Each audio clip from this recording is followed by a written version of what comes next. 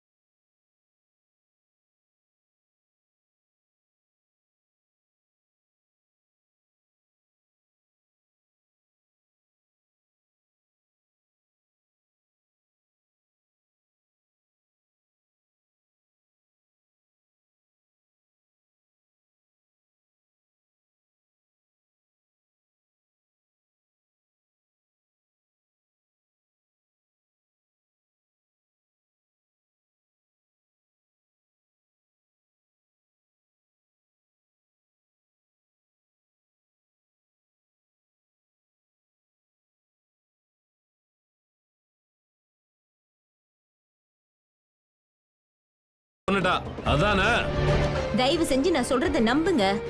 அந்த வனிதாவை என் கடையில வச்சுதான் நாம கொன்னோம். அங்க இருந்த ஜெராக்ஸ் மிஷின் மேலதான் அவ செத்தா. அந்த மிஷின்ல இருந்து பீர் பாட்டில் படம் போட்ட ஜெராக்ஸ் வந்தது. அதே மாதிரி பீர் பாட்டில் சொருகி அழகன் செத்தான்.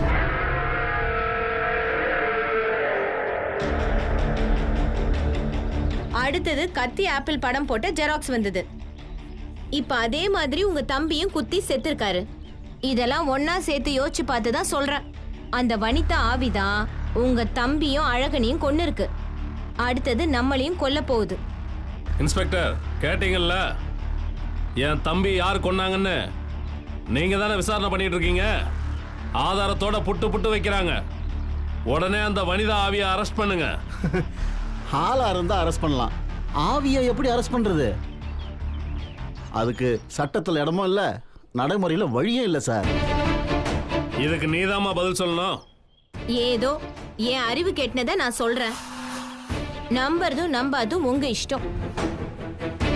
இப்ப பிரச்சனையை நம்புறத பத்தியோ நம்பாதத பத்தியோ இல்ல. இப்ப என்ன நடந்துச்சு, நாம என்ன பண்ண போறாங்கிறது தான். இன்ஸ்பெக்டர், என் தம்பி யாரோ கொலை பண்ணிட்டாங்கன்னா அது எனக்கு தான் அசிங்கம்.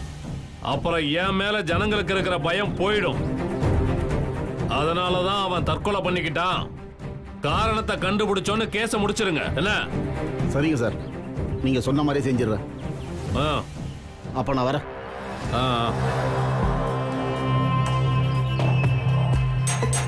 Sir, courier sir. சார், என்னங்க கொரியர் மேடம். கொரியரா?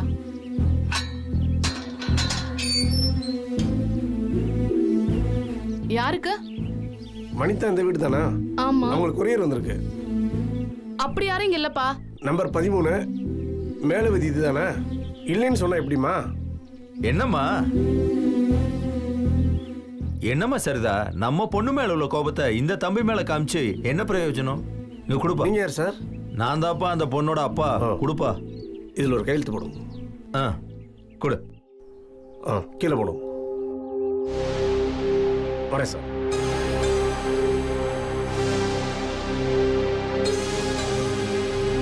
அப்பா, அப்படியே அந்த கவரை கிழிச்சு குப்பை தொட்டியில போடுங்கப்பா. ஏமா உள்ள என்ன இருக்குன்னு பார்க்காமயே கிழிச்சு போட சொல்றியே, அது எப்படிமா? அவளே ஓடி போயிட்டா. அவ பேருக்கு அந்த லெட்டரை படிச்சு என்ன ஆக போகுது? ஏமா ஏதாவது பத்திரிக்கைக்கு அனுப்புன டிராயிங்கா இருந்தா கூட கிழிச்சு போடலாம். ஏதோ புது அட்ரஸ்ல இருந்து வந்திருக்க. ஒருவேளை அவ எங்க போனா, யார் கூட போனா, என்ன பண்றா, அவ உசுரோட தான் இருக்காளா, அந்த பணத்தை என்ன பண்ணா, அத பத்தி எதுவுமே நமக்கு தெரியாதேம்மா. இதுல ஏதாவது இருக்கலாம்ல, பிரிச்சு பார்த்தா தானே விவரம் என்னன்னு தெரியும். என்னம்மா உனக்கு பிடிக்கலன்னு சொல்லுமா, இந்த கவர் அப்படியே கிழிச்சு போட்டுறேன். வேணாம் வேணாம், நீங்க சொன்னதுதான் சரி. பிரிங்க, என்ன இருக்குன்னு பாப்போம்.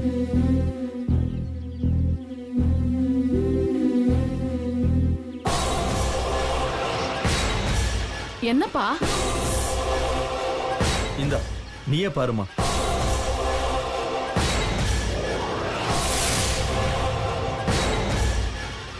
என்னப்பா இதுல ஒண்ணுமே புரியல. எனக்கும் புரியலையேம்மா. இப்ப என்னப்பா பண்ணலாம்? நீ சொன்ன மாதிரியே கிழிச்சு தூக்கி போடுமா. வா, மணி ஆச்சு, கோயிலுக்கு போலாம். அப்புறம் நடை சாத்திடுவாங்க. வா போலாம். இல்லப்பா, அவர்கிட்ட காட்டுவோம். அவர் என்ன சொல்றாருன்னு பாப்போம். அதுவும் சரிதாம்மா.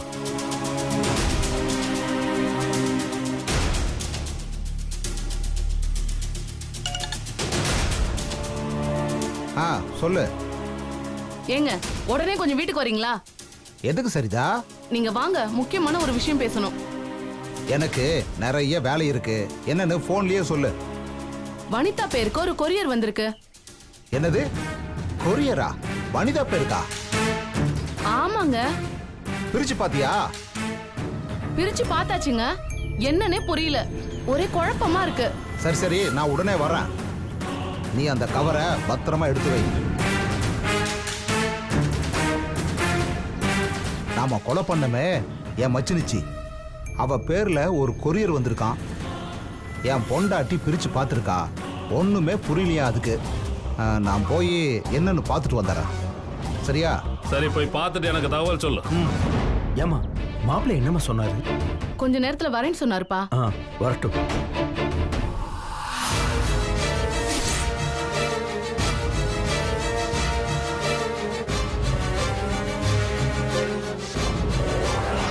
நீ விருச்சிக ராசியா? இல்ல.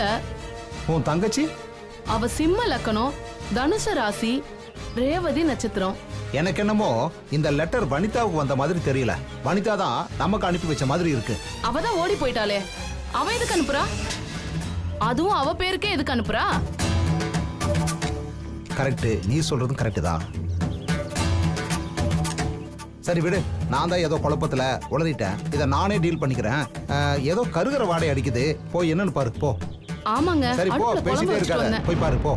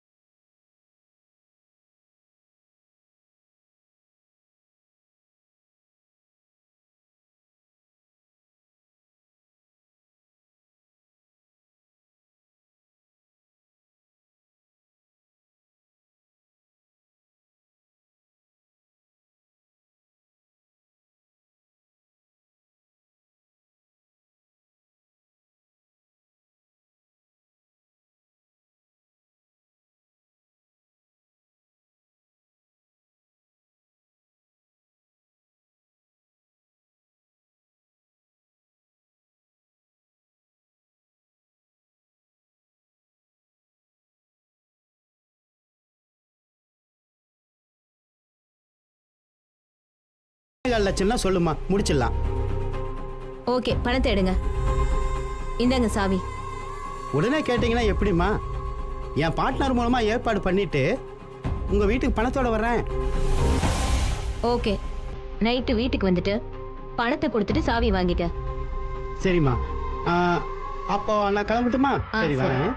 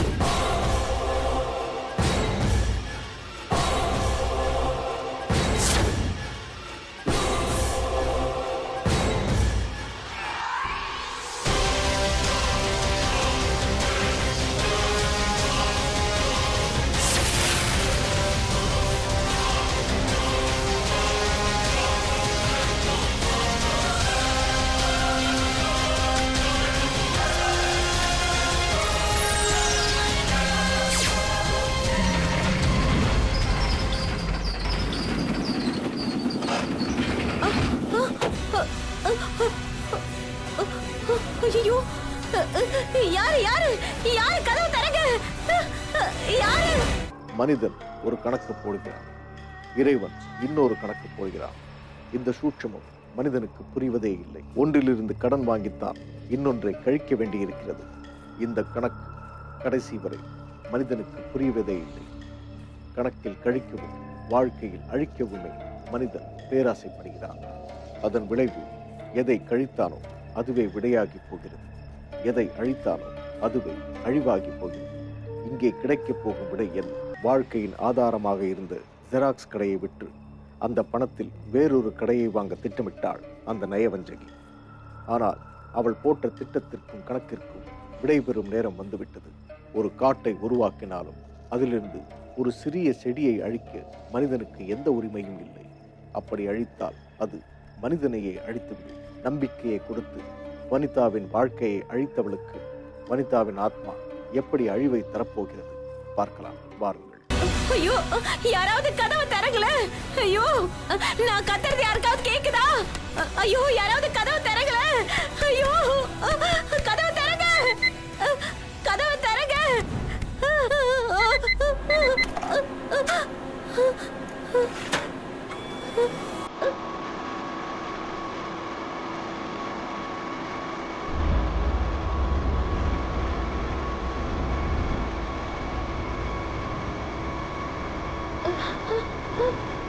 ஐயோ, ஐயோ, பயமா இருக்கு, யாராவது காப்பாத்துங்க.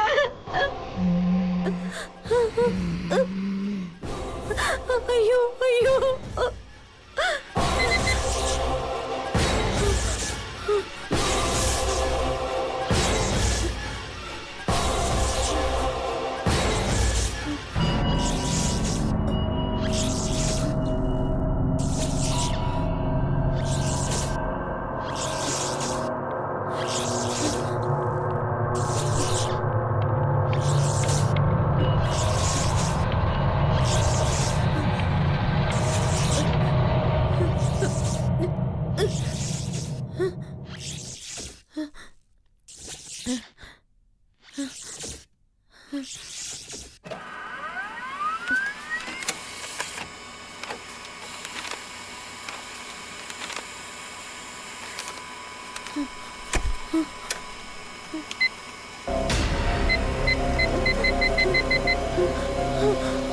ஐயோ,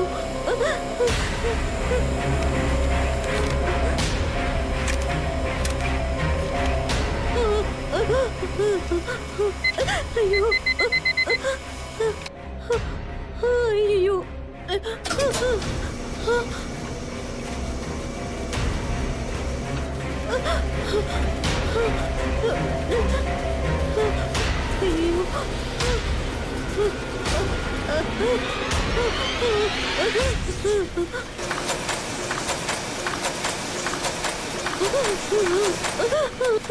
ஐயோ!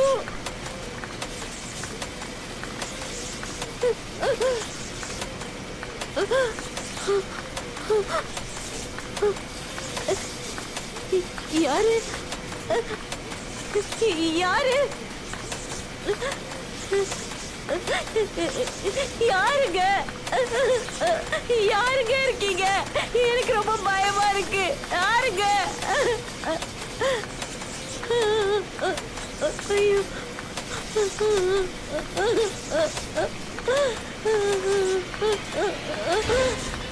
யாருன்னு கேக்குறல்ல, சொல்லுங்க.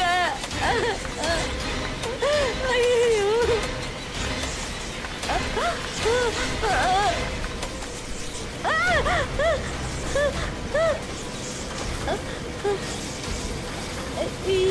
யாரு? எனக்கு ரொம்ப பயமா இருக்கு. ஐயோ!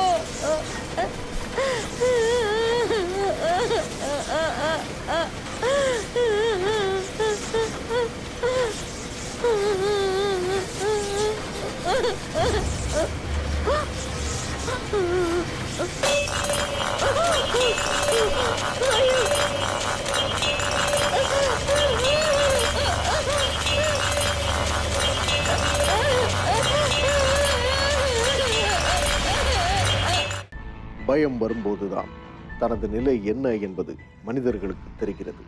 அதுவரை ஆணவம், அதிகாரம், செருக்கு எல்லாம் அவர்களை ஆட்டி படைக்கின்றது. மனிதர்களும் அதற்கேற்றவாறு ஆடுகின்றார்கள். எதையும் செய்யலாம், யாரையும் அழிக்கலாம் என்ற மமதை அவர்களுக்குள் தலை தூக்கி நிற்கின்றது. ஆனால் எப்பொழுது பயம் தலைக்கு மேல் போகிறதோ அப்பொழுது அவர்களின் தலைக்கணம் அழிகிறது. நயவஞ்சகத்தினாலேயே இந்த நயவஞ்சகையும் சிக்கிக் கொண்டு விட்டாள். அடைக்கலம் என நம்பி வந்த வனிதாவின் உயிர் பிரிந்த அதே இடத்திலேயே இவளும் அடைக்கலமாகிவிட்டாள்.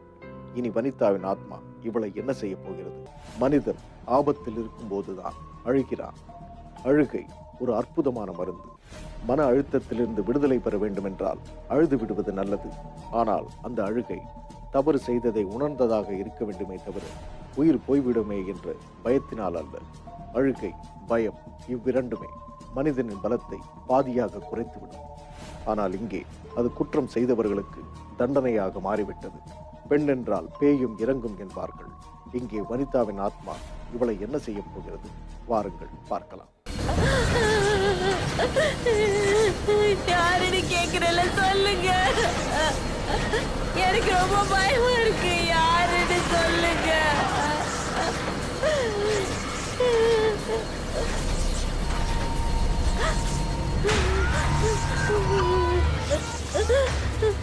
யாருன்னு சொல்லுங்க.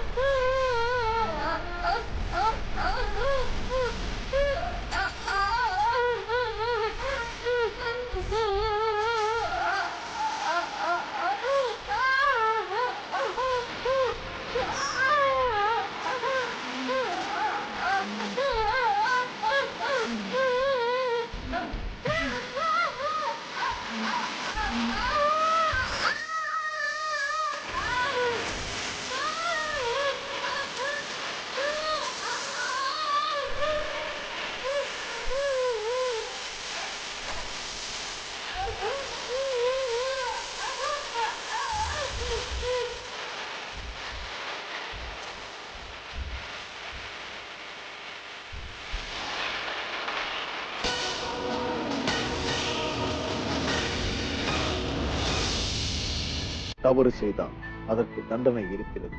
சில நேரங்களில் மன்னிப்பும் கிடைக்கும். ஆனால் பாவம் செய்ததற்கு மன்னிப்பே கிடையாது. நிச்சயமாக தண்டனை உண்டு. அதற்கு எந்த பரிகாரமும் கிடையாது. இந்த நயவஞ்சகி செய்த பாவத்திற்கு வனிதாவின் ஆத்மா சரியான தண்டனையை கொடுத்து விட்டது. இப்போது 3வது வேட்டையும் முடிந்தாகிவிட்டது. அடுத்து வனிதா ஆத்மாவின் 4வது வேட்டை யாரை குறிவைக்கப் போகிறது? காத்திருப்போம் நாளை வரை.